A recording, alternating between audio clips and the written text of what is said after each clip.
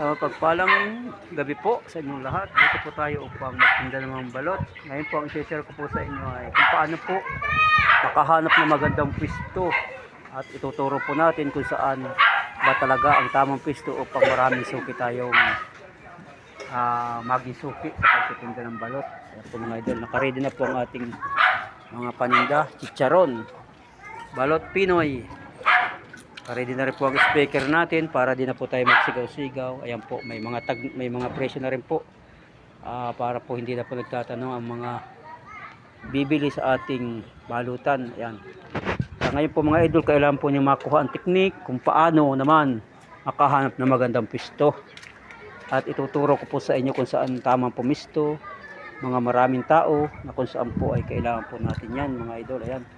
Samahan niyo po ako. Ayan po mga idol, nakaready na po ang ating balot Pinoy at chicharon na paninda. Kung ano po naandyan, yan po ang ating isisigaw. Ayan mga idol. Ay. Ayan.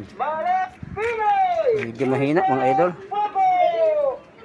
Ayan mga idol, laksan natin ng kaunti. Ayan.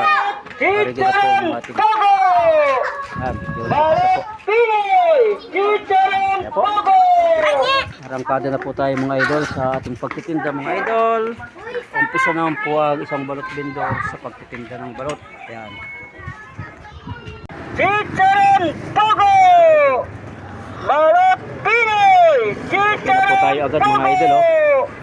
Habang papunta pa lang po tayo sa pisto ay may mga bumibili na rin po mga idol. Ayan. At punta po rin po tayo dun sa magandang pisto na kung saan po ay andun po yung ating target talagang pisto.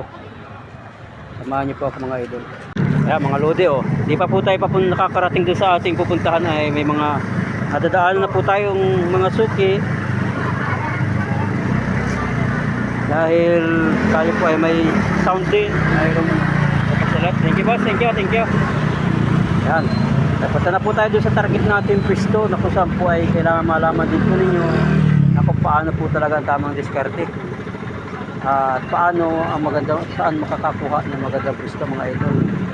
Kaya po mga idol, tayo po ay malapit sa paradahan ng mga tricycle dahil dalawang pila po ng tricycle dito.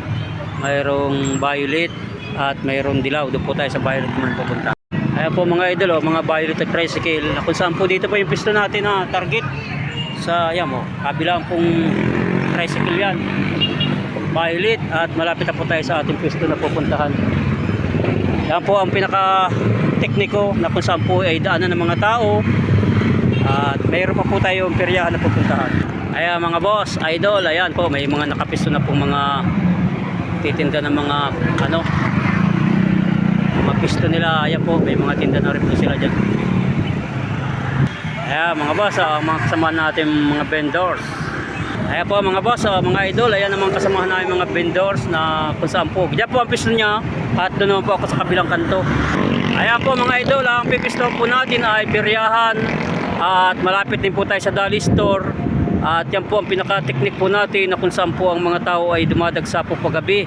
Kaya kung kayo po isang mga vendors na nagdanais mag-vendors, ay humanap po kayo ng magandang pisto para po tayo ay mabintahan ng maganda-ganda rin. Kaya yan po ang mga technique namin mga kapwa namin vendors. At doon na po tayo sa pisto ko, pupunta na po. Ayan dyan ayan po idol, mga peryahan, bingguhan at mga rides dyan sa loob po. Ayan ayan, pisto na po tayo kung saan po ay doon tayo pupunta sa ating pisto. Ayan po mga idol, dito po tayo pisto sa lugar na ito dahil yan po ay daanan ng mga tao dyan. Yan po ay daanan po ng mga tricycle na kung saan dyan po pumaparada at yung iba po ay sumasakay din naman po dito. Kaya po dito po tayo sa kantong ito dahil daanan po dyan. Mamaya po marami na po mga suki tayo dyan mga idol. Sa ngayon po ay pisto na po tayo at para po maiayos natin maayos ang ating pisto. Ayan mga idol. Ayan po mga idol, nakapisto na po ang ating mga paninda. Ang balot Pinoy Chicharon Pogo na kung saan po mamaya ay dadagsain po ng mga tao yan. At magpapayong din po tayo dyan mga lodi. Pag hindi po mahangin, nagpapayong po ako. Ayan mga idol, kadarating pa lang po dito sa pisto, may kumakain na po agad. Mamaya po, marami pa po yung darating dito sa ating pisto. Yan pong lugar po natin na ito na kung saan po ay yan po ang pinakamabisang teknik, ang hanapin po yung daanan ng mga tao at yan po matatagpuan at malalaman kung paano po ang teknik sa pagtitinda ng balot. Kahit ano pong mga paninda, basta alam niyo po na matao, doon po kayo pupunta at pipisto. Ayan mga idol, oh, may mga suki na po tayo at mamaya pa po marami na pong bumili, hindi ko lang po na-video yung iba. Kaya yan po ang pinakamabisang teknik mga idol na kung saan po ang ikutan ng mga tao, yun po ang ating pipistuhan. At sa mga kapwa ko balot vendors na gusto magtinda kahit anong paninda nyo, basta vendors, hanap lang po kayo ng mga ikutan ng tao, maraming tao. Ayan, may piriyahan po dyan, kaya mamaya po lalong dadami pa ang mga tao dyan. Ayan. Yan lang po kayo mga idol. Ayan, thank you very much po. God bless you all. Isang mapagpalang gabi sa inyong lahat.